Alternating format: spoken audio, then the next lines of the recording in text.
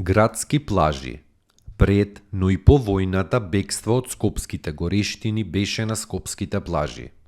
Плажата на Пајко Мало, плажата пред еврејското Мало, градската плажа пред денешната влада на Република Македонија, градската плажа пред градскиот стадион, руската плажа под денешното седиште на македонскиот владика, војничката плажа, турската и циганската плажа, ѓачка плажа или мангупска плажа, плажа во градски парк, касарната Илинден и плажа под железничкиот мост.